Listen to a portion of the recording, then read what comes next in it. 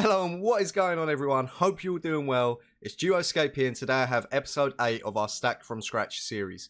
For those of you guys that are new to the channel, this is my series showing you guys how I rebuild on my account to eventually get stacked in Runescape 3. We're going to be doing tons of different money making methods to show you guys how to keep the game fresh and how to make money very easily in Runescape 3.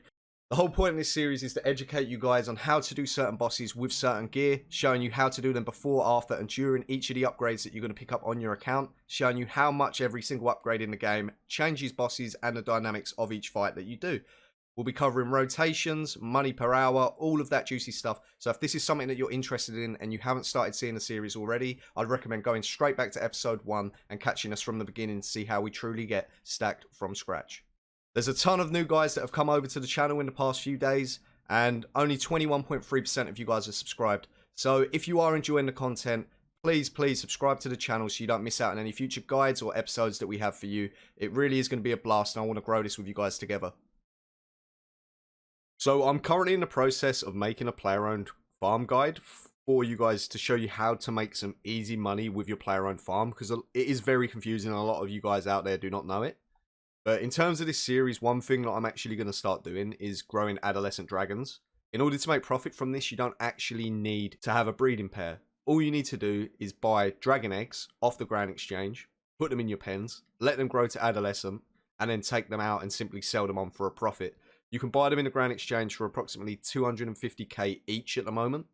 And then on Discord or in-game on World 2, you can sell these once they get to adolescent for anywhere between 500 and 600k. You'll get 600k if you're patient and you leave your offer out there. But if you wanted to instantly sell these, you're going to be making 250k. To put this into perspective for you, it will take 42 hours for all of them to grow into adolescent. In that time, it will end up averaging out to about 1.2 mil profit every single day doing this. So this is another great way that you can make some easy passive money on your account. And we're going to be doing that in this series from now on. Just to explain to you guys why this method actually works, people want to buy adolescent animals on their farm to sell on to these traders to get more beans.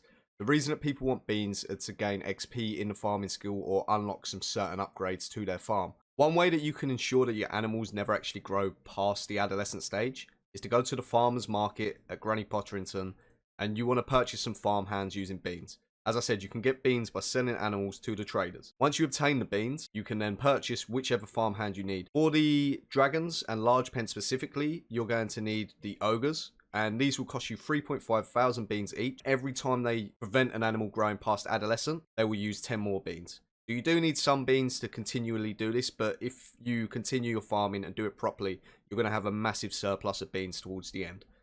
And the way that you assign these, you go over to the pen that you want to put them in, you right click, check farm hands, and then you will assign the farm hand that prevents them from growing past adolescent to that pen specifically. Now, any animals in here will not grow past adolescent. In a similar vein to the dragons, you can actually make a ton of money from the medium pens as well. And the way that you do this is by actually having something called a no-food Zygamite. And this is a Zygamite with the two following traits, immune and joyful. This will make it so that they never become diseased even if they don't have any food. And the whole premise behind this is, if you get a pair of these in each of your medium pens and 2 pairs of them in your breeding pen, they will never need food, they'll continuously reproduce, making you money. The way that you make money from this is similar to the dragons. In the medium pens, the ones that get bred, you let grow up to adolescent, they will become diseased and die, but they will still be adolescent and you will sell them on to other players for profit. At the current market price for these, they're 1.5 mil each. And instead of just rebuying them, I will eventually put aside the money into shards and purchase the ones that I already have to avoid just wasting money. Like I said, I'm going to be making as I said, I'm currently in the works of putting together a guide to show you guys how to make money while doing player-owned farm, and then a guide to show you guys how to make XP from player-owned farm. If that's something that you're interested in, make sure you subscribe to the channel so you don't miss out on that upload in the future. Lastly, in terms of our player-owned farm, we need to actually invest in a breeding pair of dinosaurs for our large pens and a breeding pair of dinosaurs for our medium pens. This is another great way that you can make money here and you get a ton of XP in doing it. The general consensus of it is you're going to be breeding eggs for your large dinosaur pens. They will then grow up into elder dinosaurs and you will get all of the raws from them and you will resell them for beans. The effective profit when you are able to do Pavosaurus Rexes is about 950k every single day, just by raising these and selling the raws on the Grand Exchange. On a side note from this, the Venomsaurus Rexes are also used to sell onto other players as Adolescent, and they have a price between 1 and 1.5 mil per Adolescent. They take a bit longer to grow and breed, so you're probably only going to be making 500 to 700k a day from them. But these are two things that I want to set up on the account so that we can really maximize the amount of passive income that we're able to earn while playing. So on my daily run guide, a few of you reminded me that there's actually an additional rune shop run that you can do, and it's by trading this Ali Morrisane guy. You don't unlock the rune shop until you've completed his mini quest called Rogue Trader. If you guys are following along with me and you haven't unlocked this yet, I'll leave that in the description down below so you can follow this guide on the wiki.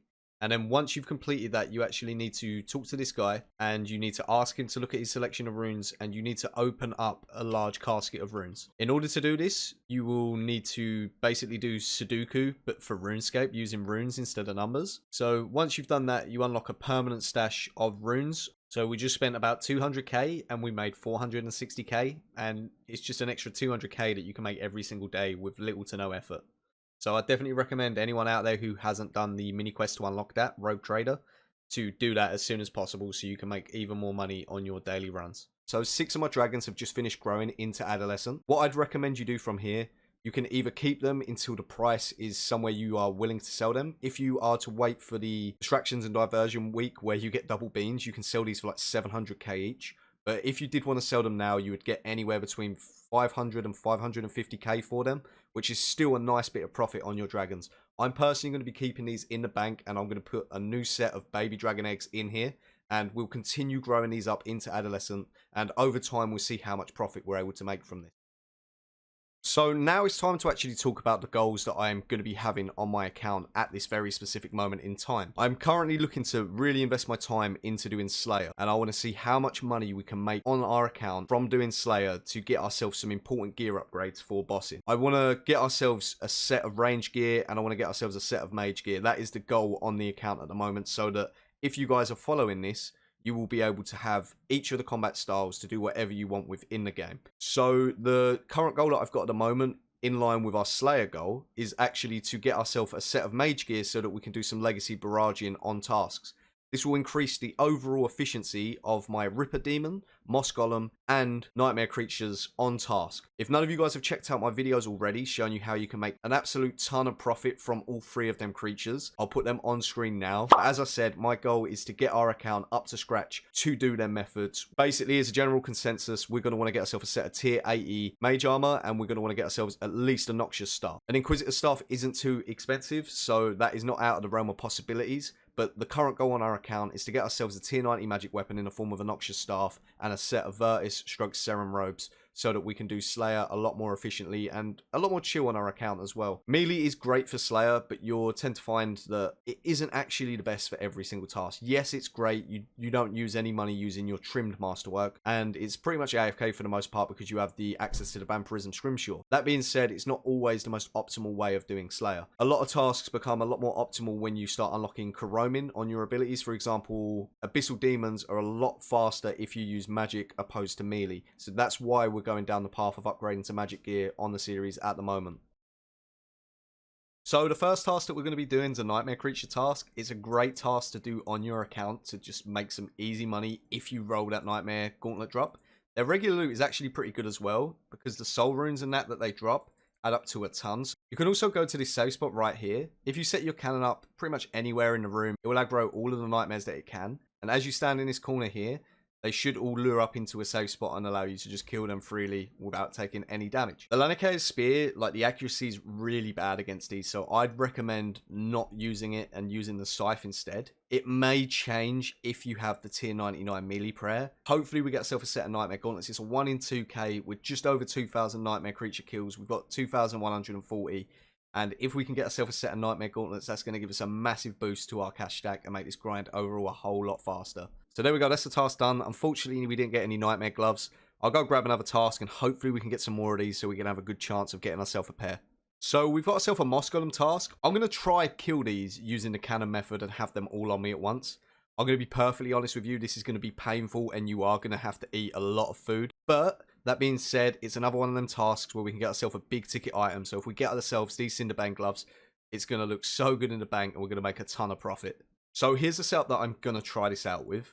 The Lannica's spear is going to splash a ton against these. They have a really high defense, and I'm not going to lie, it's going to be painful doing these after I've just had such a smooth time doing them AFK with magic pretty much. So all I'm going to do, I'm just going to set up my cannon here, put protect from melee on, and let Revolution do most of the work. Like, I'm not going to be trying to get too many of these on me at once. I'm going to be using a Vamp Aura and a Vamp Scrim. And genuinely speaking, Enhanced Devoted is going to help you out a ton.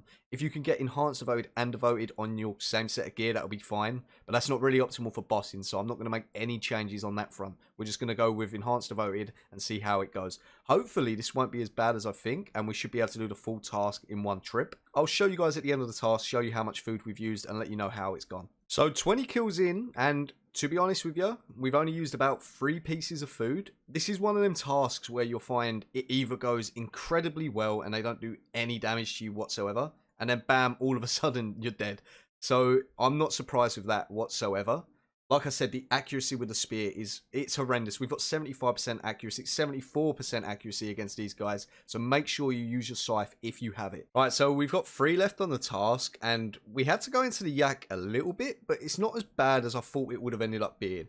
The XP rates are significantly less. You're going to be getting about 700,000 Slayer XP an hour doing this method with this gear setup. So this is only going to be just shy of 300 kills an hour, which is nowhere near as much as you can get when you actually have accuracy, better gear, or using the mage setup. Once again, we didn't get lucky on getting a glove drop. We have over 4,500 kills at Moss Golems.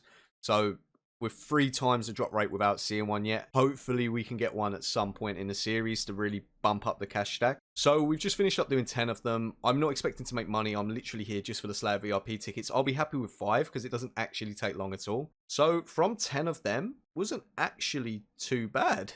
4 Slayer VRP tickets. So if I do another 10 of them and get 8, that's more than enough to crack on with some Slayer for now. We were able to get 2 of our Mimic Kill tokens back, and 3 Scrimshaws of Aggression, which should sell for 1.8 mil. So while getting 4 VRP tickets, we were able to make ourselves 1.8 mil back. So I'm not unhappy about that whatsoever. Thank you to the guy that recommended it ages ago. Okay, so I have a Nihil task, and I think it's about time that we got another upgrade on the account. I'm going to just upgrade the Fury to get a Blood Amulet of Fury, and this will make it so that we can get even more heals when doing Slayer. This isn't something I'd normally recommend, and I'd recommend going straight for an Amulet of Souls. The trouble is, this is only 18 mil, and an Amulet of Souls is ridiculously expensive at like 60, 70 mil at the moment. I'm going to sell the Ripidine pouches that we've got, the Keys to the Crossing, and the Vital Sparks, and that should net us 32 mil. And that'll be more than enough for us to actually get our upgrade. So instead of actually buying this, I'm going to do what a lot of you have suggested, and it does just make sense for us to do. I'm going to just put the amount that it would cost us to buy an Amulet of Fury and a Blood Necklace into shards, and I'm going to put them in the bank and take out my Amulet of Fury that we already have. There's no point in having 2 of these sitting in the bank. So I'm going to just withdraw out 21.4 mil. Which is enough for us to essentially get the upgrade, and I'm going to go convert all of that into shards. Hopefully you guys don't mind me doing this. I think it'd be cool to see the shard stack grow in the bank as well. And there we go. So that's 855,000 shards that we're going to be depositing into the bank. For those of you unaware what the Blood Necklace does, it periodically saps life points from the opponents that you're attacking. And the amount of damage that it deals, it will heal you the equal amount of damage. It's not a crazy amount, but for tasks like Nihil creatures, until we get an Amulet of Souls, this will be really nice. While we're on the topic of upgrades, it's actually about time that we got rid of our Legends Cape, and we just converted over to a Max Cape. So normally you buy these from Max for 2.7 mil. Instead, I'm going to do exactly the same thing and just buy the shards that we would buy. So yeah, now that we've got the Max Cape, we look a bit more like a Donny.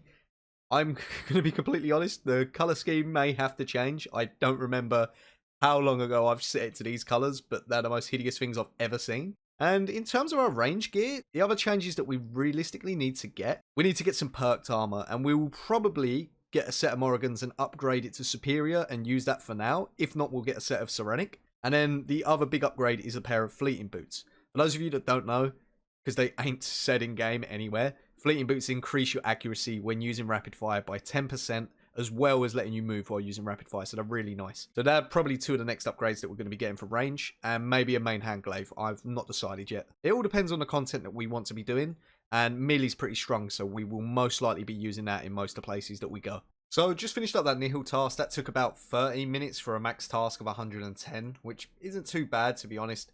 Like, with the gear setup that we've got, that will increase so much more when you get a Dark Bow Ami. I feel like we're getting pretty consistent at doing them fast.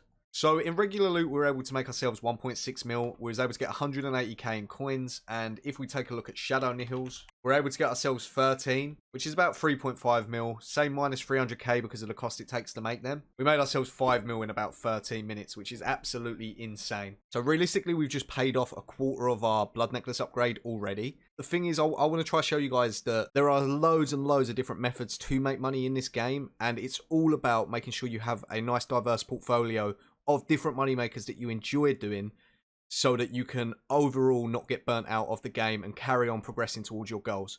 Looks like it's time to go back to Moss Golems, and hopefully we can finally get ourselves a set of Cinderbane gloves. I'll also be happy with an Ancient Elven Ritual Shard, because we could actually use that for Slayer as well.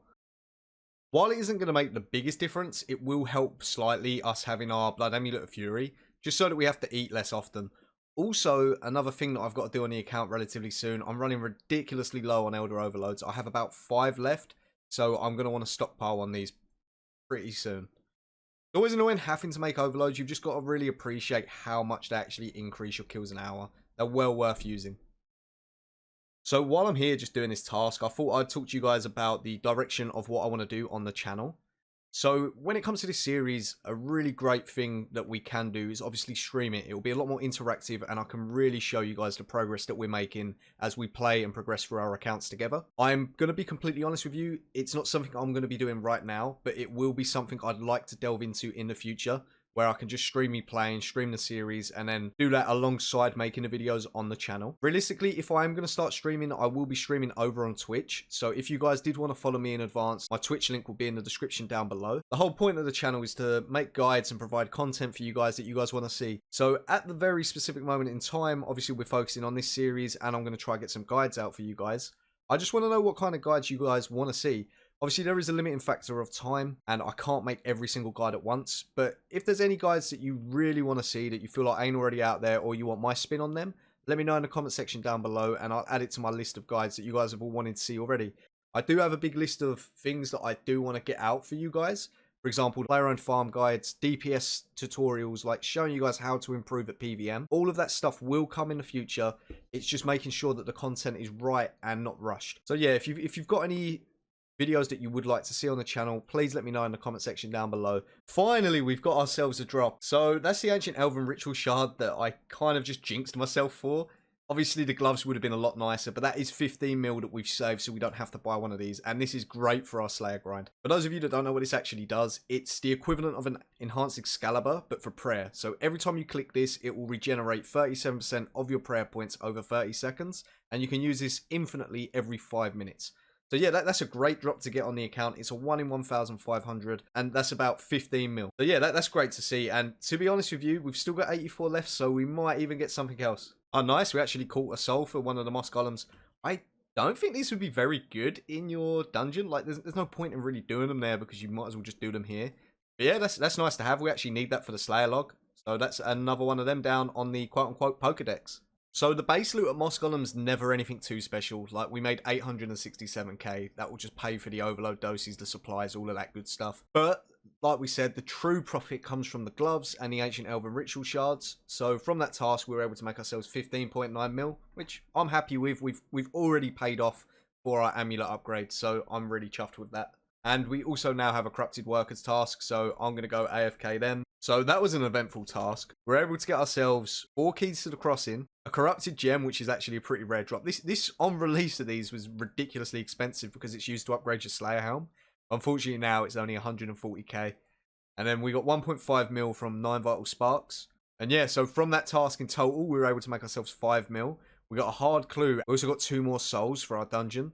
That means we've got 3 of them in total now. When I get 2 more, I'm actually going to test these out in your personalized Slayer dungeon and see how good they are. But yeah, that's another 5 mil to put into the bank, and it's really going to start adding up.